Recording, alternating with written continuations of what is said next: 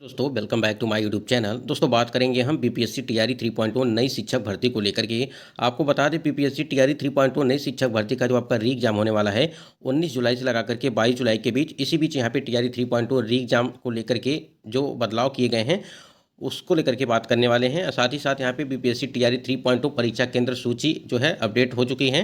TRE 4 शिक्षक बहाली संभव नहीं है और टीआरई 3.0 का जो जितने भी कैंडिडेट आयु सीमा में छूट को लेकर के यानी कि एज रिलैक्सेशन को लेकर के बात कर रहे थे उनके लिए भी अच्छी खबर है। वीडियो में बने रहेंगे लास्ट तक तो सारी जानकारी आपको ऑथेंटिक मिलेगी, इसलिए वीडियो को लाइक शेयर करिएगा और चैनल पर पहली बार विजिट किए हैं तो चैनल को भी सब्सक्राइब कर लीजिएगा, जिससे हर एक लेटेस्ट अपडेट आपको समय से मिलती रहेगी। जो भी जानकारी आपको दी जाएगी वो ऑथेंटिक होगी, इसलिए वीडियो को जरूर लाइक कर दीजिएगा। चलिए यहाँ पे देख लेते हैं कि बीपीएससी टीआरई 3.0 री एग्जाम को लेकर के क्या कुछ बदलाव किए गए हैं जो 19 से 22 जुलाई के बीच आपकी परीक्षा है।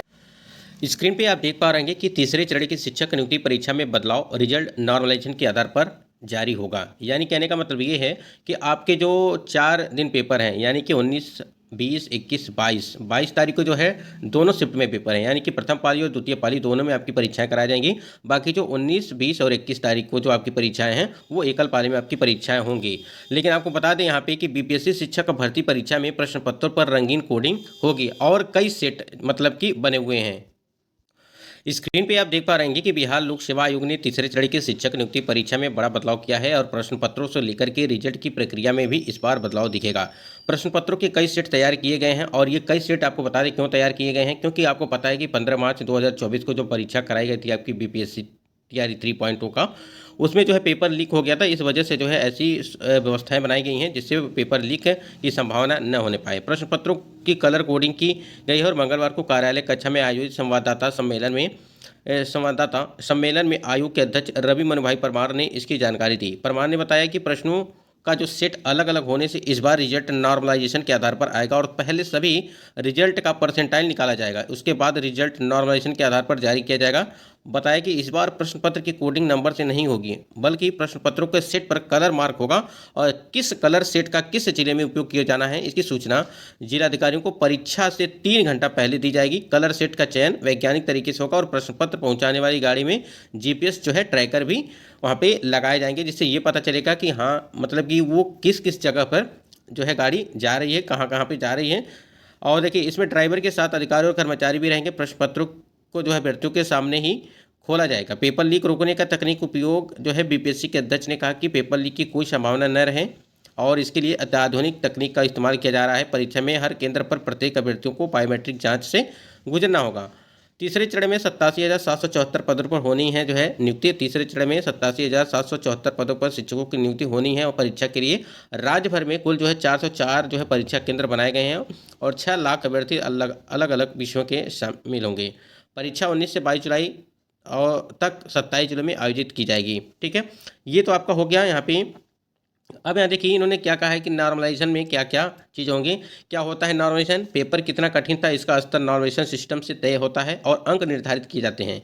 उदाहरण के लिए परीक्षा के पहले पेपर कठिन आता है तो तय किया जाता है कि यदि कोई 70 नंबर भी ले आया है तो उसे 100 नंबर मान लिया जाएगा। वहीं दूसरे दिन पेपर बहुत सरल होता है तो इसका उल्टा कर दिया जाता है और जो 100 नंबर लाने वाले को 70 नंबर मान लिया जाता है। इस प्रकार से औसतन निकाला जाता है और जिस दिन के पेपर में सबसे ज़्यादा अंक प्राप्त हुए हैं उसके हिसाब से कम अंक वाले शिफ्ट में जो है जोड़ करके उसे बराबर किया जाता है। यानी कि आप समझ सकते हैं कि नॉर्मलाइजेशन किस प्रकार से होता है, यहाँ पे उन्होंने बताया है। यानी कि देखिए किसी को मतलब कि फ़ायदा होगा, किसी को नुकसान होता है, इसके आधार पर अगर देखा जाए तो आप नॉर्मलाइजेशन प्रक्रिया में होता है। क्योंकि अगर यहाँ पे देखिए 75 नंबर क्वालिफाइंग मार्क्स रखा जाता है तो कहीं ना कहीं अगर नॉर्मलाइजेशन किया जाता है तो जो भी कैंडिडेट यहाँ पे पास हैं वो भी फेल हो जाते हैं, तो आज जो फेल होते हैं वो पास हो जाते हैं। तो कहीं ना कहीं एक तरह से अच्छा भी है, एक तरह से ठीक नहीं है। इसको देखा जाए तो नॉर्मलाइजेशन जो प्रक्रिया आपकी कराई जाएगी, लेकिन हर प्रत्येक सबको देख करके जो है ये सारी चीज़ें लागू की जाती है, यानी कि नॉर्मलाइजेशन किया जाता है। अब देखिए क्या कुछ होता है इसको लेकर के। बाकी अपडेट इन्होंने यही दिया है कि प्रेस कॉन्फ्रेंस में कल का जो मंगलवार को तीसरे चरण की शिक्षक भर्ती परीक्षा की जानकारी देते हुए बीपीएससी के अध्यक्ष रवि मनुभाई परमार, ठीक है, आप देख पा रहे हैं यहाँ पे बीच में जो बीपीएससी के नए चेयरमैन हैं वो हैं यानी कि रवि मनुभाई परमार जी हैं। उसके बाद देखिए यहाँ पे कि शांतिपूर्ण ढंग से होगी शिक्षक का परीक्षा डीएम, ठीक है। यहाँ पे देखिए, शहरों में अध्यापन नियुक्ति प्रतियोगिता पुनर्परीक्षा 19, 20 और 21 जुलाई को कलेक्टर के सभागार में प्रतिनियुक्त पदाधिकारी और केंद्राधीक्षक की ब्रीफिंग।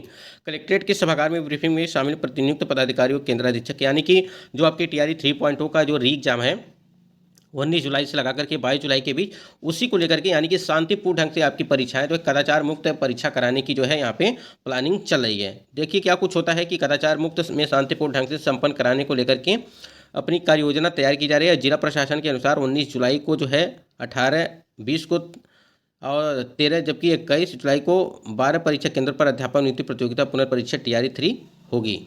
ठीक है, यहाँ पे सारी जानकारी दी गई है। और देखिए यहाँ पे नियंत्रण कक्ष की स्थापना की गई है, इसका नंबर यहाँ है, जाके यहाँ पे नंबर भी दिया गया है। जो चीज़ें यहाँ पे देखिए सारी व्यवस्थाएं, यानी कि परीक्षा को कदाचार मुक्त बनाने के लिए सारी व्यवस्थाएं की जा रही हैं आपकी टीआरई 3.0, क्योंकि एक बार जब पेपर लीक हो जाता है ना तो हमेशा डर बना रहता है। इस वजह से ये सारी जो व्यवस्थाएं हैं वो की जा रही हैं। स्क्रीन पे आप देख पा रहे हैं कि बीपीएससी रिक्तियां मिली तो घोषित समय पर होगी, यानी घोषित मिली तो घोषित समय पर होंगी।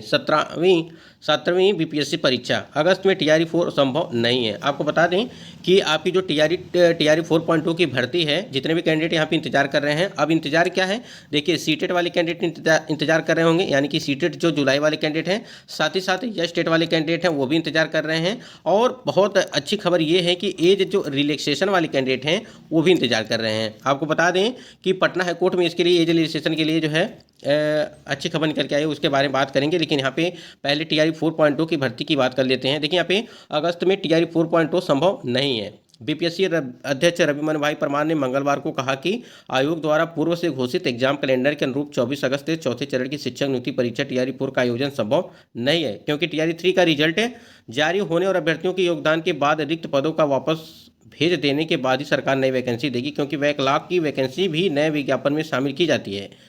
और जो है 65% आरक्षण सरकार का निर्णय नहीं आने के कारण अभी टीआरई 3 के रिजल्ट प्रकाशन में देरी लगेगी, इसलिए टीआरई 4 के आयोजन में थोड़ी देर होना स्वाभाविक है। हालांकि 17वीं संयुक्त प्रतियोगिता प्रारंभिक परीक्षा कैलेंडर के अनुसार घोषित 30 सितंबर को लिए जाने के बारे में पूछे गए सवालों पर उन्होंने कहा कि परीक्षा मतलब कि 1 से 1.5 महीने पहले आमतौर पर रिक्तियाँ मिल जाती हैं, तो यदि रिक्तियाँ समय पर मिल गई तो घोषित समय 17वीं बीपीएससी जो है प्रारंभिक परीक्षा का आयोजन होगा। ठीक है, और देखिए यहाँ पे आपको बता दें कि आरक्षण पर सरकार के निर्णय के बाद आएगा रिजल्ट, यानी कि आपको पता है कि 65% आरक्षण के मामले को देखते हुए आपके जो है रिजल्ट वो जारी किया जाएगा, वेटिंग लिस्ट नहीं बनेगी। बीपीएससी अध्यक्ष ने कहा कि टीआरई 3 में वेटिंग लिस्ट नहीं बनेगी, क्योंकि बिना नियुक्ति करने वाले विभाग के आग्रह के आयोग ऐसी सूची नहीं बनाता है। और टीआरई 1 का सप्लीमेंट्री रिजल्ट भी उन्होंने विभाग द्वारा मांगे जाने पर ही दिया और आगे भी ऐसा ही होगा।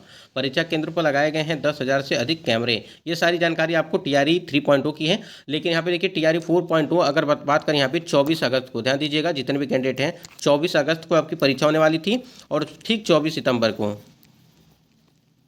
फिर 24 सितंबर को जो है यहाँ पे आपका रिजल्ट आने वाला था। लेकिन अब इसमें जो है आपकी अगस्त में न होकर के सितंबर के लास्ट तक या अक्टूबर के फर्स्ट वीक में आपको ये सारी चीज़ें देखने को मिलेगी। इसके पहले भी हमने आपको बताया भी था कि आपकी जो परीक्षा है वो अगस्त में नहीं हो पाएगी, क्योंकि पता है ये चीज़ें हमने आपको बताया था पहले भी कि जो आपकी टीआरई 3.0 का री एग्जाम है, क्योंकि लेट तो हो ही गया है और आपको पता है कि जो भी रिक्तियाँ बचेंगी, यानी कि टीआरई 3.0 जो 87,774 पदों पर आपकी भर्ती हो रही है उसकी वो पूरी सीट नहीं भरेगी, ये भी जान लीजिए। क्यों नहीं भरेगी, आपको पता है कि बहुत सारी दिक्कतें होती हैं डॉक्यूमेंट वेरिफिकेशन में और तमाम तरह के जो है क्वालिफाइंग मार्क्स को न पार कर पाना। ठीक है, जो भी चीज़ें हैं आपकी सीटें फुलफिल नहीं हो पाती हैं और जो भी रिक्तियाँ बचेंगी आपको टीआरई 4.0 में ऐड किया जाएगा, इसलिए इसमें अभी देरी होगी, यानी कि रिजल्ट में देरी होगी टीआरई 3.0 में। और आपको पता है कि आरक्षण वाला जो मामला चला है उसको लेकर के यहाँ पर देरी हो रही है, रिजल्ट में मतलब कि देरी की जाएगी। टीआरई 3 आज से मिलेगी परीक्षा केंद्रों की विस्तृत जानकारी, तो जितने भी कैंडिडेट हैं वो अपना एडमिट कार्ड फाइनल निकाल लेंगे, आज से आपका जारी किया जाएगा।